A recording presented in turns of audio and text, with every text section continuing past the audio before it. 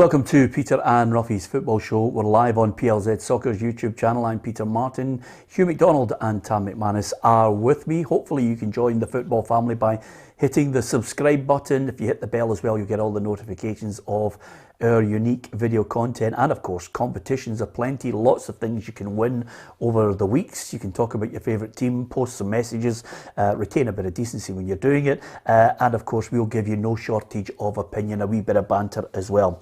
On the show today we're talking Edinburgh Derby, we're talking vaccine passports. Ross Wilson says big stars will eventually leave Rangers. Liam Scales says he is desperate to get into the Celtic first team as soon as he possibly can. And taking the knee is still booed across Europe.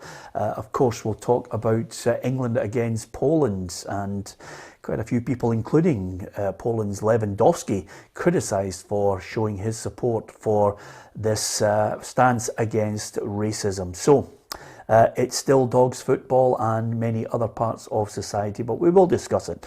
You can give us your view. We'll be hearing from Jim Goodwin on the show as well, and we'll be talking Scotland, because I've got to ask you, we've been discussing it ad nauseum. Are you suddenly more optimistic about Scotland yet? Oh yeah, very much. I mean, he says he's cheery with it all day.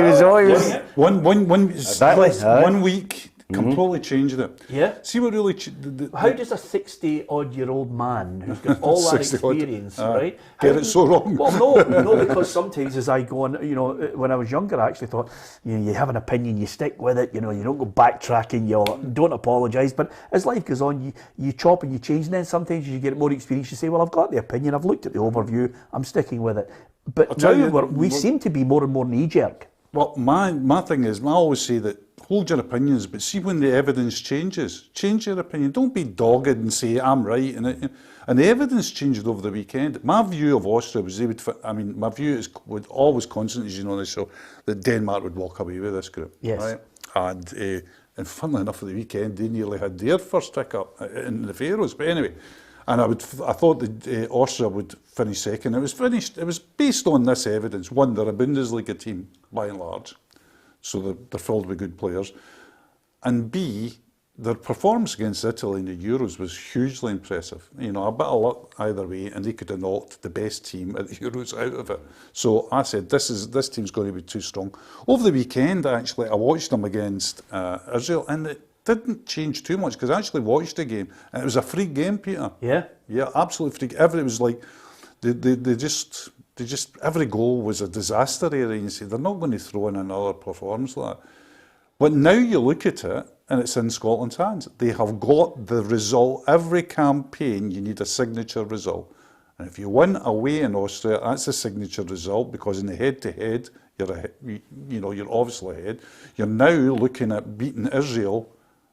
You can forget about the Denmark, we'll come to that. And teams that are seeded lower than you, and it's in your own hands for the playoff place. Yeah. So, my view has completely changed on. I'm not saying there's certainties, but it's certainly changed. Yeah, and just briefly, are you quite happy? And I, for one, don't mind it, but I was wondering, quite happy that the manager just came out and leathered everybody who criticised him? I've got no problem with that. I've never had any problem with that. You know some of my history with people. And see, my history with people is, if I go in with a baseball bat to somebody and say, you're incompetent, you shouldn't have done this, you've picked the wrong team. See, when I get it wrong, I expect it to turn and say, what do you know about it? Yeah. That's what, it's only opinion. We're not, and I can see why Steve's been hurt with it. Yeah. And by the way, I can see why he comes back. So, if I'm in the crew that he's come back on, fair enough, well done. Yeah. I noticed when you were constantly saying you're incompetent there, you just kept looking at Tam as if you were addressing him on issues that you still had with him. Incidentally, I'm delighted he's here today, because he's been on 5 days. He's hoping what happens is Ruffy suffers the same fate as Ioannis Hadji, and basically has 20 days in isolation where he's out of the programme, because then Tam get a few shifts. Tam's here as the regular. We take Ruffy's plate off the door. He's in. But the other thing about it is, which is great about you, you've been for a Turkish shave today, and your face is gleaming, by the way. I did. I went for the wee guy in East Kilbride, and he's took a wee bit off the top, as you can see. And I gave me a shave and all that, and he had the things up my nose and in my ear and all that. So I'm feeling that. Maybe not looking $1 million, but... Recommend it? Yeah. Yeah? The guy in the Murray, in East Kilbride. He's got a wee shop there, get him in, see him. There's a lot of, by the way, Turkish barbers are really popular, but he walked in and I saw, wait a minute, he's got the audition for the boy band or his face I is just gleaming. looked, I said, Peter's got it both today, he's got detox and Botox. Yeah, well, I tell you, if you get Botox, I'm just going to leather you for every game No you're on chance. here. I'm going to say hello to a lot of people. Hi to Ray, who constantly is with us on the programme and posts messages from time to time. David Bradley, Stuart Ramsey is in the West Midlands. Neil Gray, as ever, with us. Nikki Twig, thanks, Nikki. And when does the show start and finish now? It starts at 4 o'clock every day, Monday to Friday. And then, of course, if you miss it, you can still catch it on the YouTube channel. We're exclusively on YouTube now. Tell your friends and do share the live stream if you get the chance. Paul Baird's in Derry. And Bob says, Hugh McDonald, some sanity to the show. You see, it's nice. There are people who actually do.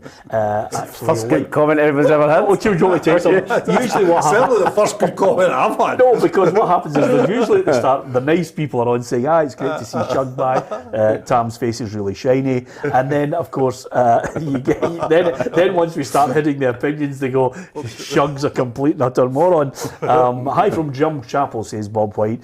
And also, Bob says, welcome back, Shuggy. So, listen, it's nice that people are actually noticing who's there. And, of course, hi, folks. Trevor Kane's in Portrush.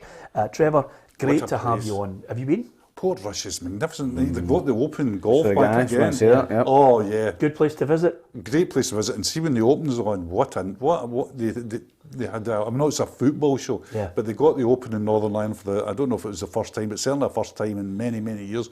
And Portrush Magic. did the job. Yeah. Is it better than Loch Lomond? I can't say anything at all. I couldn't possibly comment. Okay. Let's talk about something which is, again, politics and sport does mix. And it has done down through the decades and much to the annoyance of lots of people. But Jim Goodwin is certainly not happy with the COVID vaccine passport. The government has set a start date on this, Tam. Are you in or are you out? I don't know. I think I'm probably in. I just think that I don't know a lot about COVID and all that stuff. I try not to get involved in it, but everybody's entitled to their opinion. You know, people can argue it both ways. You know, you're entitled to your own opinion, to get your own, to get your own opinion, to get your own jag. You know, it's no a necessity. So, you know, you can understand where Jim Goodwin's coming from, but to try and control the spread of the virus, I think, and to soften the blow when people get it, I think maybe getting double vaccinated, but there's probably season ticket holders who don't want to get double vaccinated, who want to go to the games. So it's a hornet's nest kind of thing. So we just need to wait and see what happens, really. Yeah, this is what Jim Goodwin had to say on the issue. Personally, I'm against it. You know, I don't believe it's very democratic, and it's not something that I would be urging the government to do. You know, I think, as I've said in months gone by, it's you know, people should have a decision and have a right to a choice in whether they get vaccinated or not. And you know, this having to show vaccine passports when you're wanting to go to concerts and games of football, it's not something that I would encourage. Well, listen, never mind Hornet's Nest. This one is going to really get everybody involved. I don't agree with Jim, and I'll tell you why I don't agree, because quite simply we are in uncharted waters. That's something that hasn't happened for well over a century, and this one absolutely flattened the world, stopped it in many countries. I think if you're travelling with your passport, for safety of travel, you need your passport. For safety of health, and not to actually have you know, a direct impact on someone's health, I think the passport, if you want to go to places, you have an impact on someone else.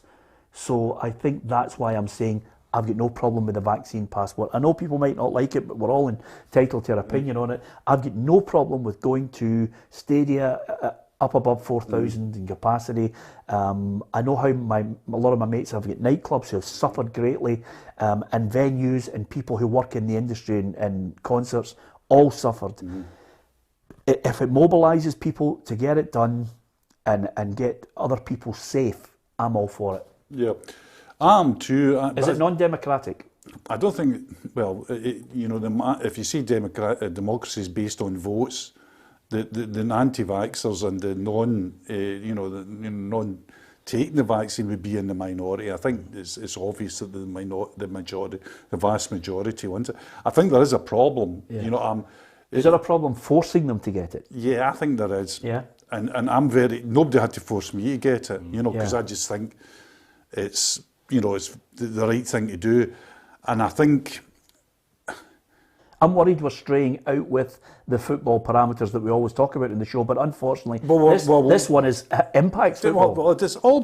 We don't live in a little village. It's just football, and in the wide world, you know, we peek out. Everything's masked, and the big problem here, you know, is like personal choice. And I agree with you. Once people start saying, somebody could be sitting next to me, giving me COVID, even though I'm double jabbed. Obviously, then it's my personal choice not to go to it again. And I'm saying, if that's the case, I'm not going. There's a huge legal ramification because we talk about everybody talking about football is politics. Everything's legal nowadays. Everything is legal. Yeah. And what a lot of clubs will be braced for is that if you don't let me in, there's nothing in my season ticket book saying I'm a vaxxer. And not only have you not let me in, and I've paid you money up front. Yes. You've caused me distress and suffering because the thing could. You can imagine the class action that can build up on that. But the problem with it is, quite simply, that we are in a situation where, on a daily basis, when it's more information, when the realisation that figures are not as controllable as you would like, governments are passing legislation. They're putting it into law. I know. And by the way, unless you have got, the money in a kitty like Elton John, you're going to face long litigation to try and fight the case for your right for democracy. Whereas I think a lot of people will say, I want to go to a big stadium. I want to go and see Rangers or Celtic. And I'm looking at the teams here. You're talking Celtic, Rangers, Aberdeen, Hibs, Hearts, Kilmarnock, St Johnstone, Motherwell, Dundee United, and Hampden, of course.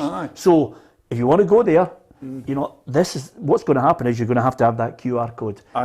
And it's going to, once you go on an airplane, anything, that's what's going to happen. But I can still, and I'm fine with that. Yeah. I've signed up for it. I had my 2 jobs, I've got my vaccine certificate. I'm happy as Larry with it. But if you're asking me as a human being, does somebody have the right not to take something into their body? I would say, I can see that point of view as well. I'm not agreeing with it. And I think in many ways I could think it would be selfish I don't want to be sitting next to somebody unvaccinated in a plane or, I think that's difficult.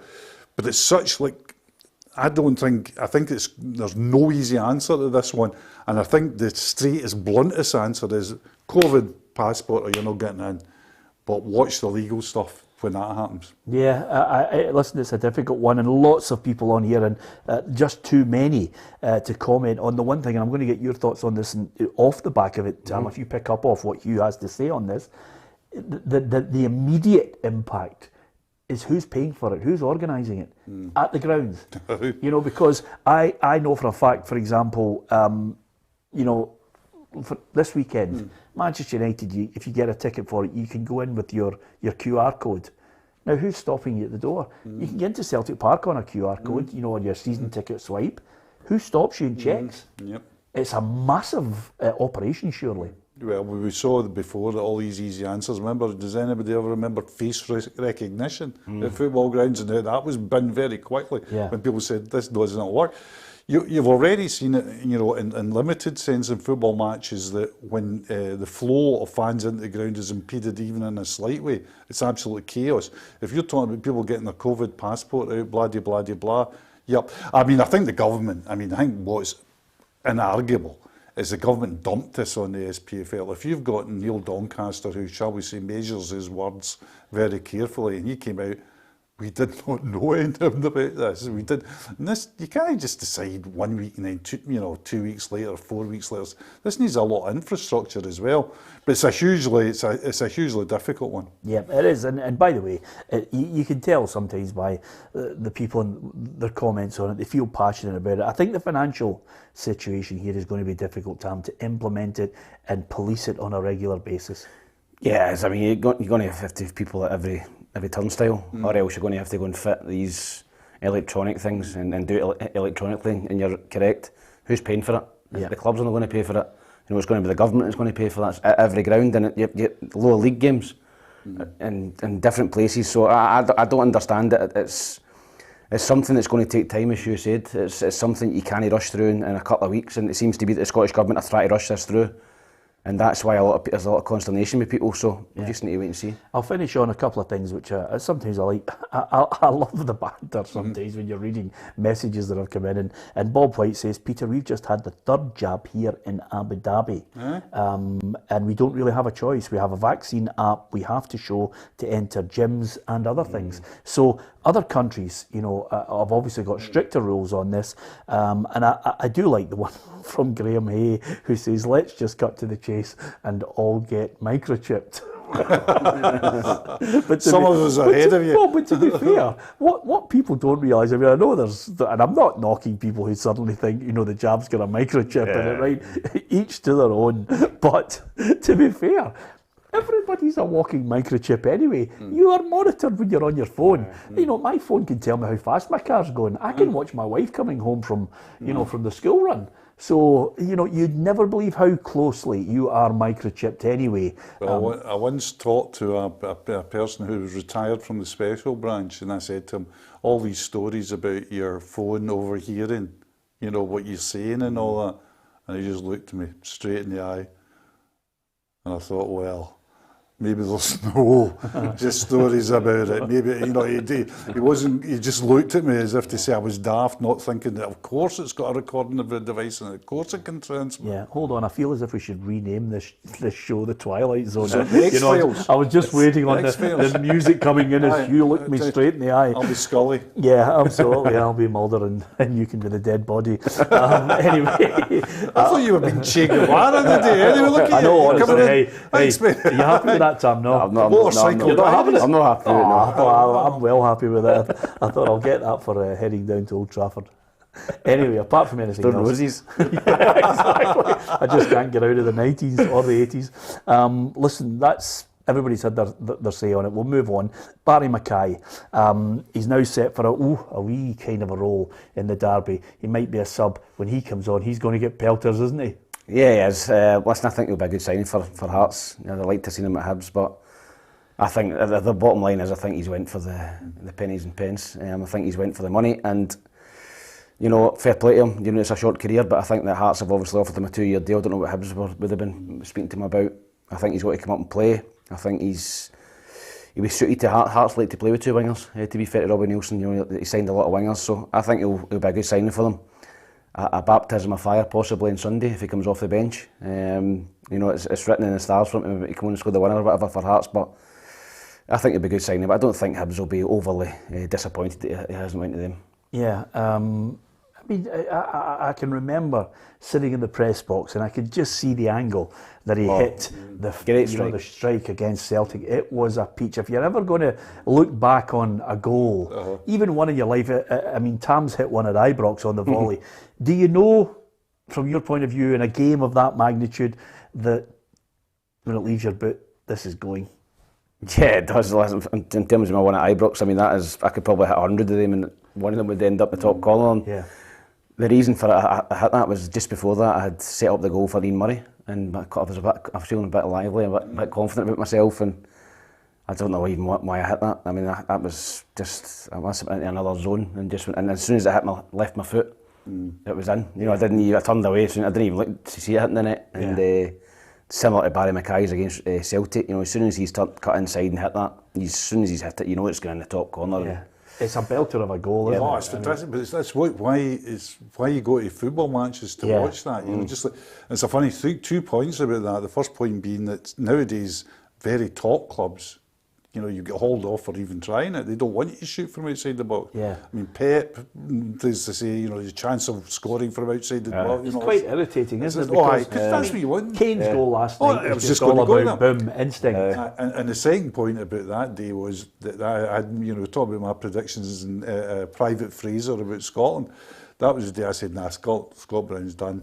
He'll not have a future at Celtic. I blamed him for both goals that day. And how right was I? I think he just went on to have another 12 medals after that. Now, to be fair though, Hugh, a lot of people looked and thought Barry McKay scored that goal. Barry McKay is going to become a linchpin in the Scotland midfield. That's a great goal to score in a semi-final. And then, moves to Nottingham Forest, and you're thinking, I don't know his bank account, he might have lots of money, but he kind of disappeared into obscurity for me. Yeah, he did. He went on the Forest. It never worked out. I mean, a lot of people would have thought he'd have done well down in England. He was a good player at Rangers. Went to Nottingham Forest, and as you said, he's moved about down there. I think he was at Swansea and then kind of Fleetwood. So he's back up to Hearts, 2-year deal. He's probably got a few quid in the bank. He's bounced about in England, but I think he's only 27, 27, 28, so he's still got an opportunity to go and do really well in his career. I hope he does well in Scottish football. I hope he does well at the Jambos. Obviously, you're hoping he doesn't do well on Sunday. What do you make of Gabs? I know Gabriel, every now and then we like to have a wee noise up with him. He's picked his combined Hearts and Hibs 11, and boy, is he getting pelters on social media. I don't think there's anything wrong with the team. I don't know if you've got it up there. Yeah, there it is. There's a team there. Gordon in goal, Smith, Porteous, Suter and Doig, McGuinness, Doyle, Hayes, Newell, Boyle, Boyce and Nisbet. I mean, to be fair, he could have took Boyce out and put Nisbet through the middle and put Murphy in the left, and only had 2 Hearts players, with 3 Hearts players, which probably would have been more reflective of the standings at the minute in the table. Yeah. What do you noise on, don't you? What do you think of it, Hugh? I think Gabs, we know Gabs is driving at the moment, so he's not listening to the programme. Does he? I think Gabs' teams generally, and I just whisper, are generally quite good. Yeah, they're he usually does his homework with boys. He's a good man. I mean, every now and again you have a very strong argument with maybe one or something like that. Yeah. But, whispering it, is good. I mean, I think Smith better than McGinn? Younger anyway, yeah. I suppose. McGinn's Scotland international, Hugh. Calm your jets. But I think whatever way you look at it, it's a pretty strong team, isn't it? I mean, I don't have anybody who I would go on a strut about, put it that way. Yeah. I don't have anybody, I don't say, that's just a ridiculous situation, Yeah. Was there anybody who was getting in the neck for choosing? I mean, Boyce is a good striker. No, I don't think there's anything wrong with it. Obviously, the Hearts fans will be miffed that there's only 4 of them and the rest is all. The rest in Hibs, but as I said, I think if you'd have put Boyce out and put Nisbet through the middle and Murphy and had 3 Hearts players, it'd have been a better side. And I think it shows the strength of the respective teams on. I'm really looking, this is a better. Oh, it's going to be a cracker. This is a better game. I'm really looking forward to this. Well, it's a top of the table clash. How often do you say that, Hugh? Another thing is the whole thing about, we've had this long period and we'll get wee flashes of fans in grounds and that. This is just It's a full house. Yeah. This is just. It'll be great. The bragging rights over this game, if one of the teams wins, it's going to be ridiculous. The one thing about it, I'm amazed at, right? And I don't know about you. I mean, anybody who's got money and they invest it in football, needs their head looked. To be honest with you, because you'd be as well throwing the tenors in the fire. But if you've got so much money, Hugh, that you can afford to throw tenors in the fire, I'm amazed that James Alexander. I'm amazed he didn't throw it at Hearts and think, come on, just one title. Even if, when Ron Gordon came in and said they want to be challenging Celtic and Rangers as well, and Dave Cormack set it up at Aberdeen, I'm thinking, you just love 1 year of a third club to just throw it at it, and he's the perfect man. I mean, I think there's £100,000 being donated to Scottish women's football again, and I'd lay odds of 2 to 1 that he's the man that's giving them it. But I mean, it's fabulous money you would need to invest. You're talking about to topple Rangers and Celtic for 1 season. What are you talking about, Peter? What do you think? 100 million? I don't know, I wouldn't put a figure on it. That might be a bit high, but it would certainly be tens of millions, And 50 could do it. 50 I mean, he's got 50 million, surely. Well, they said it would need Vladimir something. had that. Yeah, They said Vlad had it, and look what happened to him. Unfortunately, he had it in a submarine and nobody could find it. Hearts were paying fortunes. Craig Gordon and the boy Larry Kingston, they were on 10, 15, 20 grand a week at Hearts. Yeah. All these guys, it's crazy. I mean, when you think about it, when George Burley's side were unbeaten at the start of the season, I thought, this is the season. Yeah. And to be fair, unless somebody's going to come on here, a Rangers or a Celtic fan, and tell me differently, when Rangers were not at their strongest and Celtic were poor under the poorest manager in the 9 in a row in Ronnie Dyla, Aberdeen had the chance to win that league, and unfortunately Derek McInnes blew it. they just didn't have at that time as well, and going forward as well. They just didn't have the right players in the right positions. Yeah. Very poor. Lee Griffiths won Celtic League, yeah. Yeah. Yeah. 40 goals. Yeah. That was the difference. Honestly, if he wasn't there, I don't think they'd win the league. They're poor. That's the point. I mean, you know, if you've got 40 goals in your team, that changes seasons. Absolutely. You'll never get a better chance for him. You look at Leicester's season, great, you know, good players. They're all Premier League tiers. You add in Vardy and you go, scorers make the difference. I mean, it's a cliche, but it's just true. Yeah, absolutely. So Dundee fans are thinking they're going to win the league this year. That's it. 40 goals for Lee Griffiths. 40 goals for him. I mean, listen. At the end of the day, the derby, great. I'd love to see another club give it a right good go and make the league even more competitive. We'd love to see that. But anyway, part two. Thanks to Michael Quinn. Michael Quinn says, I used to love this show. Intelligent participants can't stomach the host. I just thought every now and then when everybody gets pelters, I thought if I've got to get a point, to be honest. Well, so do I. If I've got to get it in the neck, I'm quite happy with Especially when you try to beat Ian Brown today. yeah, exactly. That's why he was going on to the vaccines and all that. Yeah, Brown's into that. If I've got to get it in the neck, thanks for that, Michael. It's a lovely point you make because you can't please everybody, and it's as simple as that. We'll try.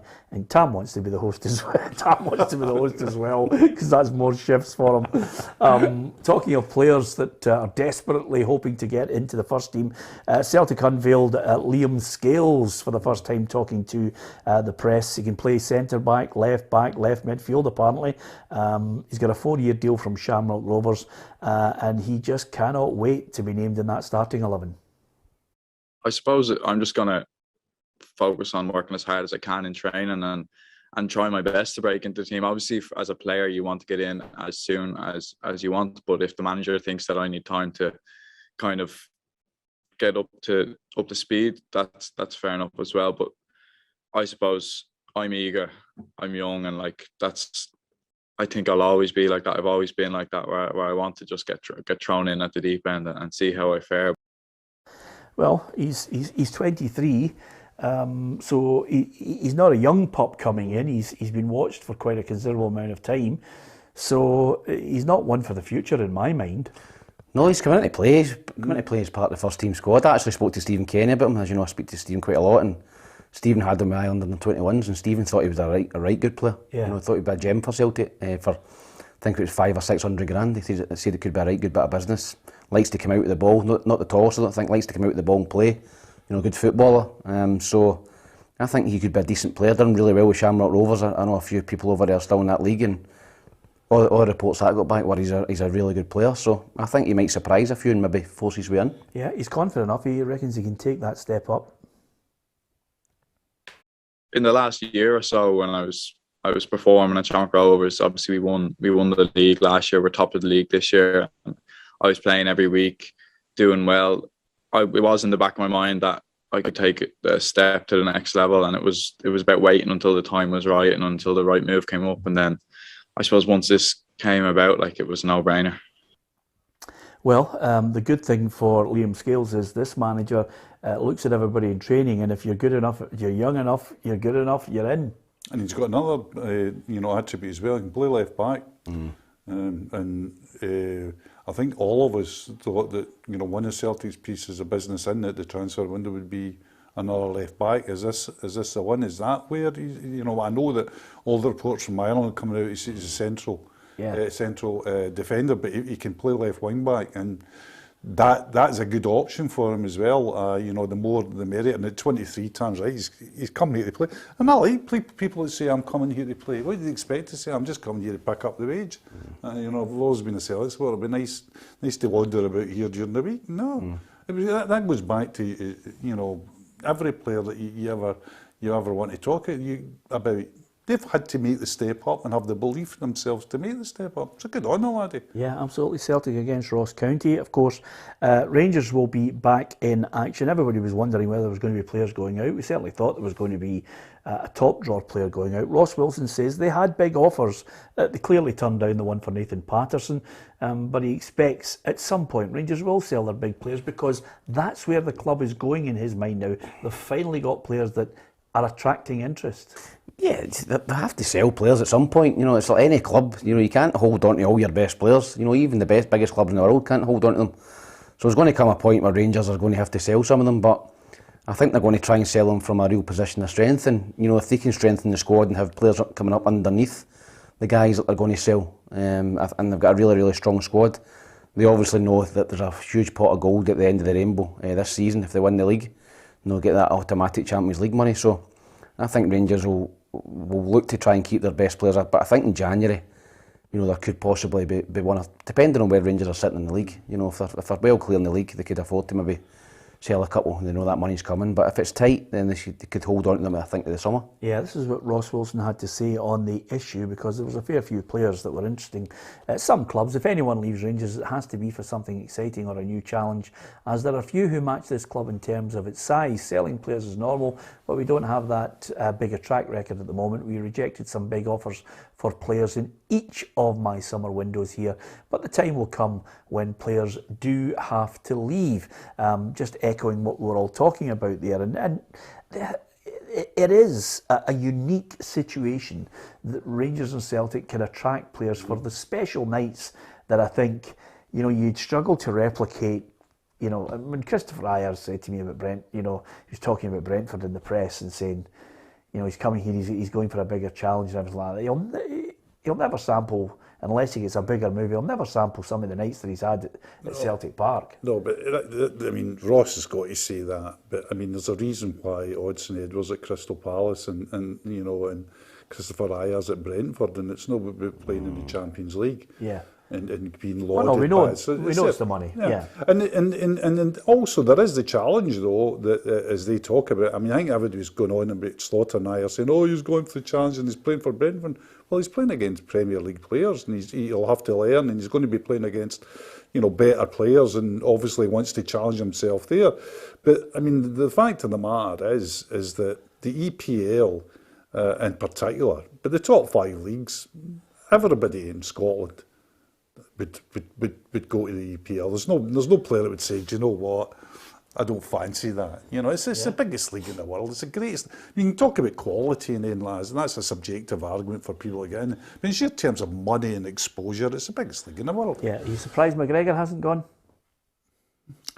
Slightly surprised about that. I don't know when, you know, what the timing was like. I thought, you know, maybe I think he's been tied into the, you know, well, he was staying on for, you know, he'd won 9, probably staying with it. But I'm surprised because I always thought that he would be a player that would really excel in the Premier League. He's one of the players that would play better with better players. Yeah. That would be my view. He plays well enough as it is, don't get me wrong, but he'd be that's kind of like Joe Allen cog, you know, just keeping the ball rotating. I think the thing is, and I've noticed it, you know, we speak to Charlie and Tony Watt was on the show the other day, and it's great to get their insight into they're playing against us, Callum McGregor every week, and both of them, even Charlie and Tony Watt, come on and was raving about Callum McGregor, and these guys are playing against him. And these guys so I think that's it's all right for us to sit and watch him for the stand and think, he was a good player, but guys out in the park and guys that are playing a good level, Tony and Charlie Adam raves about him, says he's a top player. Yeah. So I think Callum McGregor could go and play in the Premiership easily. I'm not talking about the top teams, but you know, Leicester was always the one, wasn't it? Leicester probably, and maybe your Newcastles, Villas, teams like you go and play in the bottom. I agree. Yeah. Listen, it's St Johnstone against Rangers as well at the weekend. So these games are games that, under normal circumstances, whether it's Celtic, Ross County or St Johnstone Rangers, you would think there would be 3 points on the board. We'll certainly get the predictions from everybody to find out how they view those games. Rangers had a few problems with players, and again, COVID is having an impact on everyone. 1 minute we'll get the headline, Jonas Hadji is going to be out isolating for 20 days. Now it looks as if he's only going to miss the St Johnstone game. But again, Steven Gerrard will probably look and think, I need 3 or 4 of them not available like a hole in the head. Yeah, well, but I don't think he'll be, you know, in a darkened room over Hadji not going up to Perth. You know, I think he's got more than enough to accommodate that. Would Hadji even have been a certain starter? I don't know. Yeah. I think the kind of dynamic and the narrative about that game is, you know, before the transfer window, even though St Johnstone have been very mediocre in the league, there's been reasons for that Thursday-Sunday thing. There's been reasons for that, but you'd have thought, you know, see where we rest, only a few players on international duty. If they come back with Kerr and McCann, Witherspoon, Kane, etc., that may be a challenge. Yeah. But of course, this is Scottish football. This is football generally. Kerr, the best player in defence, I think by a good distance. He's gone. McCann, their best player, full stop. A real talent, I think a real talent. Yeah. He's gone as well. So that affects your judgment on the game. Yeah, absolutely. Although Callum Davidson has said he wants the main St Johnstone players to try and step up and show a bit of leadership, a bit of bravery, because Jason Kerr has departed. Now, really important that other people take the mantle. They drive training. I'm a big one and believer. I try and drive training, but they've got to drive it as well. Drive the standards. So yeah, these guys are now important. I think that's just the evolution of football. You move on, people step up. So I'm now looking for players to step up to the mark and be leaders on and off the pitch, and be asking them to do that in the forthcoming weeks. No point in moaning about it. You just got to trust what Callum's doing. He's a great year last year. The Saints fans have got to buy into it. He's looking for his first win this season in the league, but I think it'll come good for them. Yeah, I think it will. I think that obviously he'll be disappointed that he's lost his two best players, as you were saying there, but he's brought players in. Ali McCann, the striker from Finland. It'll be interesting to see how they got on. He's got Middleton there. They've still got good players, St Johnstone, but Callum Davidson, I think it's going to be a struggle this season because of the kind of benchmark for last season in the cups. Yeah. I think I'm not saying he's took St Johnstone as far as he can, but where does he go from here? Yeah. He's not going to win the cups this season for me. I think Celtic and Rangers will be stronger, and I think other teams are stronger. But do you think he should have been looking to work his ticket in the summer? I think possibly. I think it was the right time for him in the summer to move on, and a lot of St Johnstone fans will be raging at that. But I look at timing for players and for managers. Everything's to do with timing, and he could go 10 games, 12 games without a win.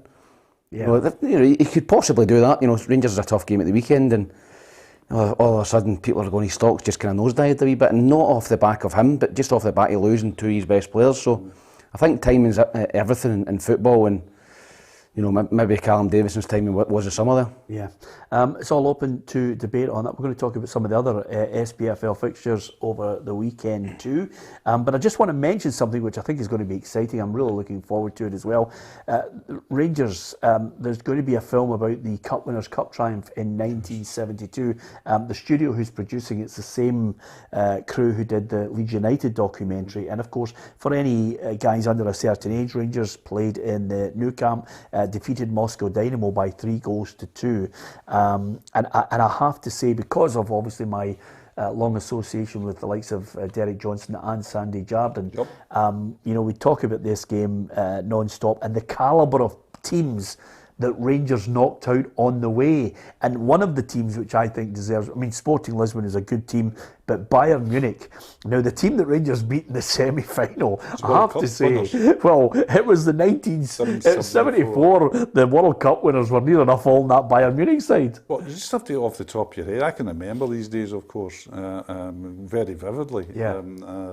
And I remember both games. It was an astonishing night in Glasgow, where the two top European games, the European Cup Winners' Cup semi-final and the European Cup semi-final, were played in Glasgow on the same night. On the same night. The two biggest games in the whole of Europe played in the one city and the one night. That shows you the strength of Scottish football then, 72. Yeah. And that Bayern Munich team, I think anybody who watched football, any interest in football whatsoever of my era, will look at that Bayern Munich team and you just go, there's just this, it's Meyer, it's Breitner, it's Beckenbauer, it's Müller up front. You're just having a joke, having enough. But do you know the thing, Peter, was there was no surprise in that. There was no, see, like I said, it wasn't as if the next morning's papers were going, oh my God, it's just beaten Bayern Munich. It was like, that's Rangers through the final. Yeah. Yeah. It was joy, but it wasn't like, you weren't reviving people. Because that Rangers team is another thing. I think I'm right in saying I can probably go through the team. Well, 11 Scotsmen. Well, yeah, but I was going to give you the team just to see from memory and to see if there's one that's missing from me. I'm going McCloy, Jardine, Gregg, Smith, and Derek Johnson, who played for Colin Jackson. And then I've got McLean, I've got Willie Johnson, I've got Alfie Conn, Alec MacDonald, and Colin Steen. There's one missing. Is that no 11 and Penman? Maybe no. Was Alec Penman not in that team? No, he definitely. I don't think he was. See the midfield. But I think you got 11 there. Did I get 11? Because that team, for me, it wasn't a situation where. I mean, this is a Rangers side that were trying to stop Celtic winning 9 in a row. At that time, 72, a good side.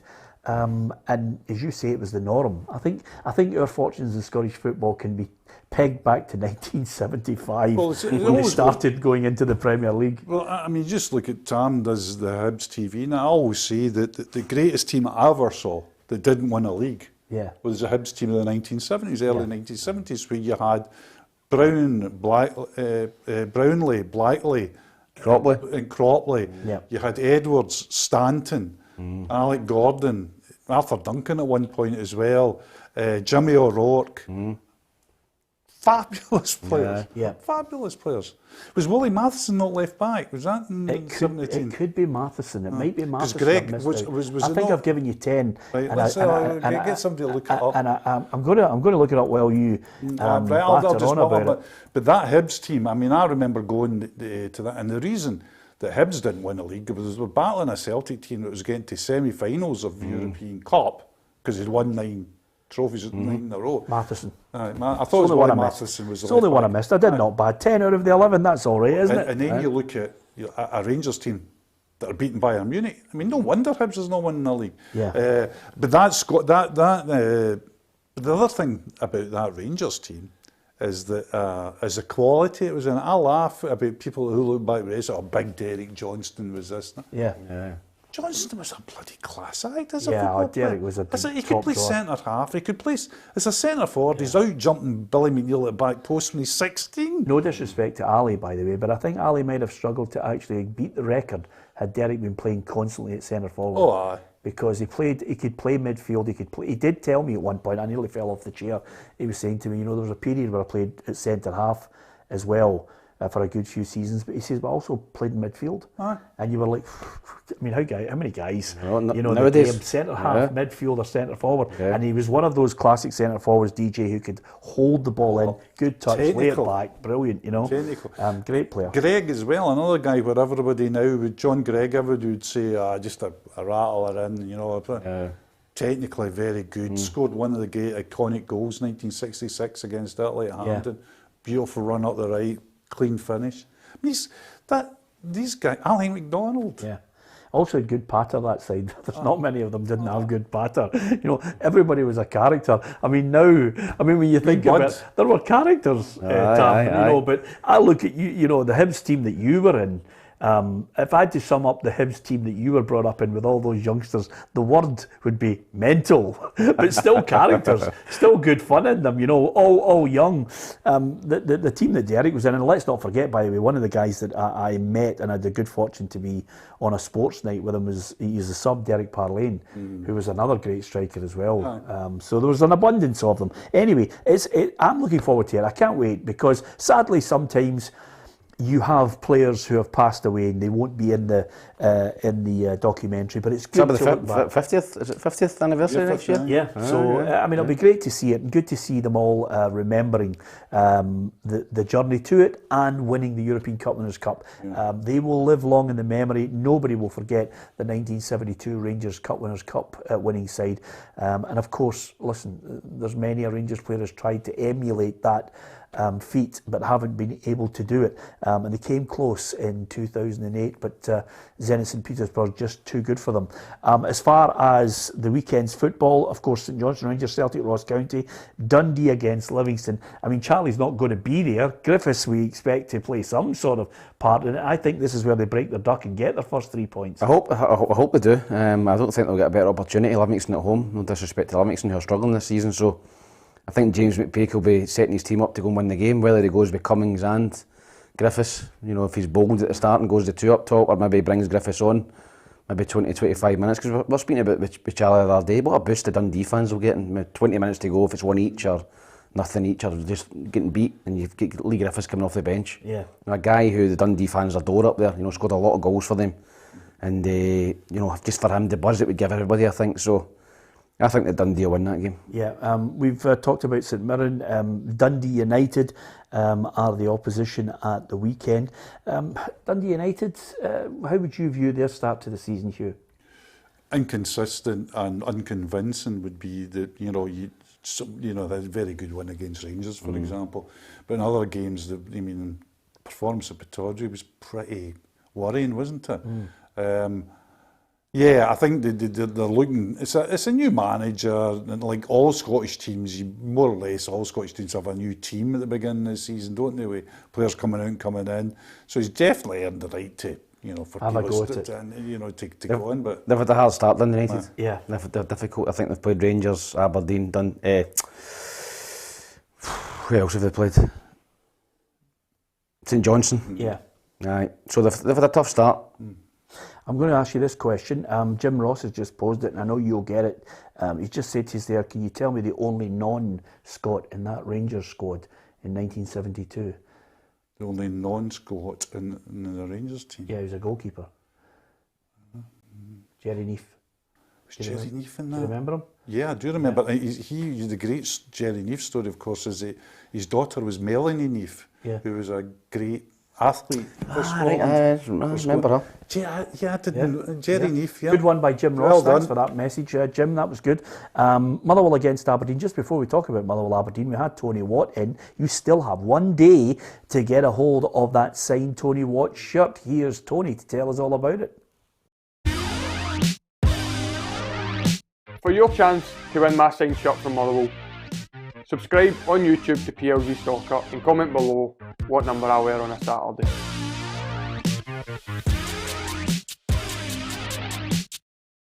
You feel as if he's being held hostage there. He's got that kind of a scared look in his face. He did. He was good crack, wasn't he? He was good, aye. Yeah. And I said he's looking fit and looking lean and mean, and hopefully he can keep his form up, because listen, I don't think anyone's ever doubted Tony's ability. He's just got to get himself fit and playing every week.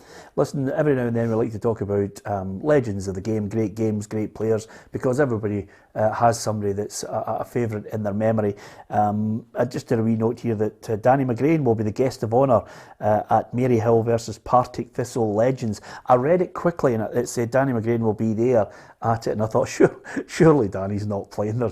How many man of the matches can you get in a game, you know? I think your job is sweeper, you know. Yeah, so it's Partick Thistle Legends. It's at Lockburn Park on Sunday. Danny's the guest of honour at it. And, you know, when I was talking about my joy at when I used to work with Sandy Jardine, we did the co-commentary at Radio 4th, which was a joy because Sandy had a brilliant sense of humour. Your man here is the same. Danny can kill you with one line. Absolutely, and what a great link between them as well is that, as you know, we had two of the best right backs in the world. Yeah. And now that we've got two outstanding left backs, and there had to be an accommodation made, and Danny went to left back, and he used to mutter very humorously to Sandy over the years, and that thing we're talking about earlier on, you know, talking about great players in that 72 Rangers team. Yeah. Sandy Jardine, you know. Yeah. And the longevity of his career as well. And Goes to Hearts and plays sweeper. And they were fullbacks, I know. So by the way, you know, you talk about players, and Sandy won the Player of the Year at 37. That's right. You know, for Hearts. Fantastic. Managers getting the sack. It happens. Some people just have had enough. And with that in mind, we're going to talk about David Hopkin, but I would like to draw your attention to an interview that I conducted yesterday, which I think is well worthy. If you love your football and you want an interview on a one-to-one basis, which really has some really funny moments in it, highs, lows, emotion, and of course, I think some sad moments in it, then you'll not get any better than Brian Rice. I had a chat with him for a one-to-one, which will be released tomorrow on our PLZ Soccer channel, and he was he was just simply sensational. Wants to get back into football, but he talks Brian Clough. He reflects on his involvement at Hillsborough and the tragedy of 1989 when 97 people lost their lives in that cup tie. It was Liverpool against Nottingham Forest. It's quite an emotional chat with him. Of course, he's had his own demons with gambling. He talks about that and gives what I think is some sterling advice to young players, young people in general who may well have problems, mental health issues. And I think it's a really good listen of what Brian has to say. And you'll like it because some of the stories with Yogi and Brian Clough are just outrageous. I mean, man management, the two of them, it's incredible how some managers just have some great funny stories. And Brian Rice, well worth a watch on our one-to-one section on PLZ Soccer's YouTube channel. I do hope you'll give it some of your time. He quit Hamilton Accies. He wants to get back involved. He loves coaching and especially kids as well, and of course some top drawer players. He's played with a few and he rhymes them off, by the way. It's really good to listen to. You can watch it as well on the YouTube channel. David Hopkin has quit Ayr United. They're joint bottom at the moment. Can't get anything out of them. Yep, and it goes back to Tam's point about Callum Davidson. I mean, isn't that long ago where David Hopkin was regarded as the man to go to? He was getting, mentioned and did indeed get a job in England, and it just shows you, is he suddenly a dud coach? Of course he's not, but it's the way it happens. If you can't get a tune out of somebody, the way the world now is you go. But it just shows you the capricious nature of football. One minute you're great, next minute you're everybody's criticising, but the truth is you're always the same person and the same coach. It's such a, I mean, talking, I know you were in the company of greatness this week. I've been obviously sitting next to Tam all week, but with your Alec Fergusons and your Walter Smiths.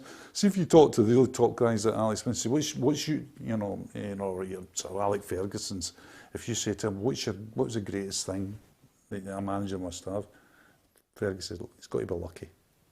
That was what he said. Got to be lucky. Got to have that wee bit of luck every now and again. Yeah. And that applies at the very top and applies at the very bottom. Yeah, I like Hoppy. He's a good lad. He was, when I watched him at Crystal Palace as well, no quarter given, but a great lad to chat to. I was chatting with him and had a night out with him with his Morton crew, and it just hasn't worked out for him. I don't like, every fan's got the right to voice their displeasure, and I think that really sent him over the edge when he was verbally abused after one of the games.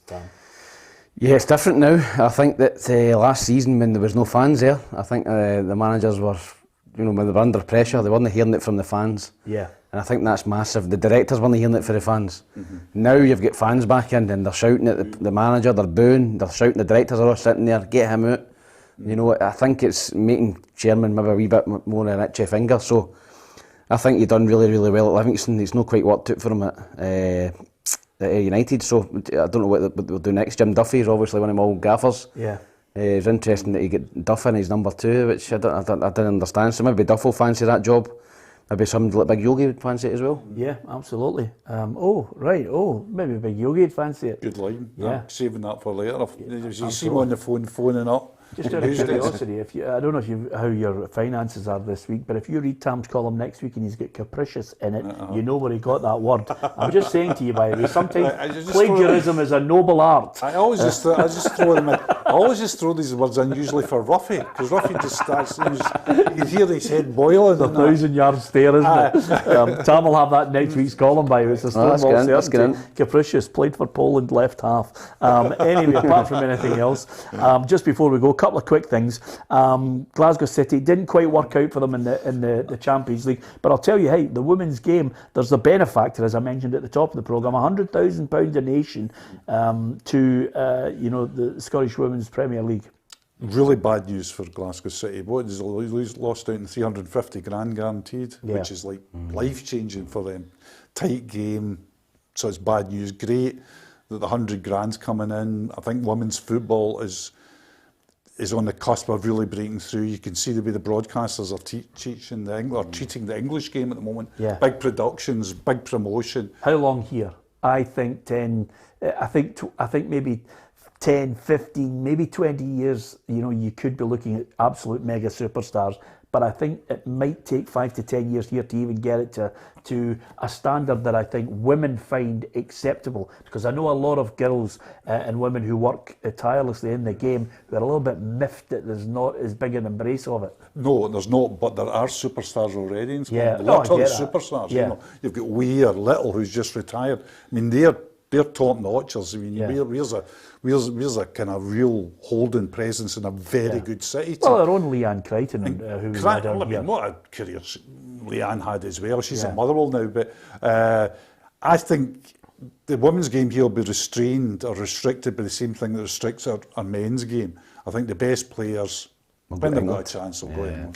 Yeah, just finally, and it's always a topic which I think tarnishes our game, tarnishes, listen, never mind the UK, European and world football, and as well as politics too. I think Robert Lewandowski called for respect as England were booed for taking the knee. It just won't go away, Hugh, and I still think the positive people who want to make a change should still voice, still make the stance, still make the stand, and then make sure that there's actions to back it up. But it's in Poland, they're booing, you know, people who are taking a stance against racism. It's all over the place. Yeah, but it's particularly virulent in some countries in Europe. Poland and Hungary Eastern Europe, spring immediately in mind, and I think it's a thing we should resist with every fibre in our being. Good on the Polish players that, you know, and especially high, you know, level ones like Lewandowski, who you know have come out against any booing of the knee. I think it's a gesture. I would say it's just a gesture, but it's a gesture that reminds us how much work we have to do in this. I mean, this is only the start, Peter. Yeah. Because it's a real cancer at the heart of the game. Yeah, absolutely. It'll not go away. It will constantly be something that we have to address regularly on a weekly basis all the way. Will it go away ever? No chance. It's just how strong a stance we take on it, and how vigilant the police are in making arrests and continually trying to stamp it out. As far as the game's concerned, I don't know about you, but I loved Kane's goal. It was an absolute belter. Yeah, it was a great strike. I'm not sure about the goalkeeper, but no, it was just out his feet and walloped it. And I thought England were going to go and win the game, but fair play to Poland, kept going to the death and gave their supporters something to shout about towards the end. But don't think it'll make any difference to the group. I think England will still win it in a canter. Yeah, I will hear from Gareth Southgate, and I'm going to ask you the last question, which just is a great one to annoy everybody. But Gareth Southgate, the England manager, thought they should have won the match. Although we totally dominated the second period, probably the one criticism would be we didn't really create clear-cut chances tonight, and at times didn't get enough men in the box. We had lads hanging out of the box when really we needed to commit to getting in the box a little bit more. So, of course, at 1-0, you always run that slight risk of a moment. We nearly had one with the goal kick charged down, and in the end we concede late. Yeah, great cross from Lewandowski for the equalising goal for Poland. It ended up 1-1. There's a wee murmur from quite a few people saying, well, listen, they got to the European Championship final. Like, can they get better? Is there more to come from this England side to win the World Cup? I think so.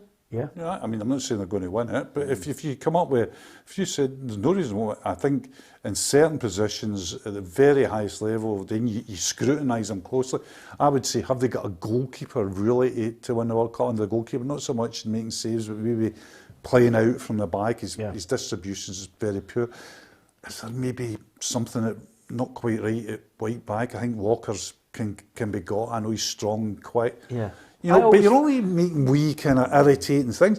Am I wrong in thinking you always need? I always think you need 2 or 3 world-class players on your side. Well, that's an interesting one. You always say that, and see if you look at the history. History would suggest you're right, but it's all what you pitch world-class. When Italy won the Euros, was there any kind of? I mean, we know Jorginho was tremendous Chiellini at the back. But was there any kind of huge game changer in that team? Was there any Maradona-like, Messi-like figure in that team? It's a good point. I don't think there was. I mean, there were brilliant players, but I'm just talking about that, you know, worldly. Yeah, but I'm talking about the World Cup. Yeah. I've always maintained at the World Cup, when you're playing countries and you're getting to the business end of a tournament, you need 2 or 3 special players to change it, to win it for you. European Championships, I think, you know, I don't think it applies because, you know, Greece won it and they won it with a style of football. Yeah. You know, Denmark were on holiday, they came off the beach and won it. Yeah. But I don't know if you agree with that, Tam. I just think when you look back at all the winners, they've had 2 or 3 really special players that have been able. One sometimes dominates. There's an out-and-out goal scorer, and then there's a class act. Yeah, I think you're probably right. Obviously, the France team that won it with Thierry Henry and Desailly, you know, they guys. Yeah. Obviously, Brazilians. Argentina with Maradona and that. So I mean, I think it's obviously a lot harder to win the World Cup than it is the European Championships, but I don't think I would be writing England off, although I think the heat over there could be a factor, although most of the games will be playing in air conditioning. I'm just about to finish the programme. You've probably mentioned the one team that probably didn't have 2 or 3 world-class players. Maybe they did. Well, he just said, you know, when Argentina won it in 1986, everybody's perception is that Maradona won it on his own. But there was Burruchaga in there as well. And Valdano. But Tam's right. They had Maradona, who's he's the greatest player ever, or in that conversation. I think, as I always say, it's a good way to end the show. If Scotland had Maradona that year, I think we'd have won it. Yeah, okay, there's a great way to win. There's a great way to end it. If Scotland had Maradona, we'd have won the World Cup. Do you agree with Hugh McDonald on that one? Listen, good luck to everyone who's subscribing, because you get a chance to win that Tony Watt top. Next week, I think we might have a special top that you might get a chance to win. Tam's been, twisting my arm here, trying to make sure that I get something special for you to win next week. So, well worth watching the show for that. Of course, you like opinion. It's Peter and Ruffy's football show. The pundits, if you don't like one person, you might like someone else on it. So hit the subscribe button. You'll get managers' interviews, you'll get the players, you'll get them reacting to games, you'll get pre-match as well, and you get competitions. And if you get a chance, from 8 o'clock tomorrow, Brian Rice in a 1-to-1 talking about some of the highs and lows in his playing career, some of the characters he's met, and of course what his ambitions are for the future. Well worthy of you casting your eyes over PLZ Soccer. Thanks to Tam, top drawer. Thanks to Hugh McDonald, as ever. He's been with us. He's heading for our 10 in a row celebrations are coming. 10 years we've been together on this, Hugh. Tam's the chairman of my testimonial committee. It's all inquiries. Well, there we are. We're off to East Kilbride then for the big dinner. We're off to the Murray. There you go. Or the Ballarat Paul. It's not the Murray. Anyway, on that note, thank you to you for watching.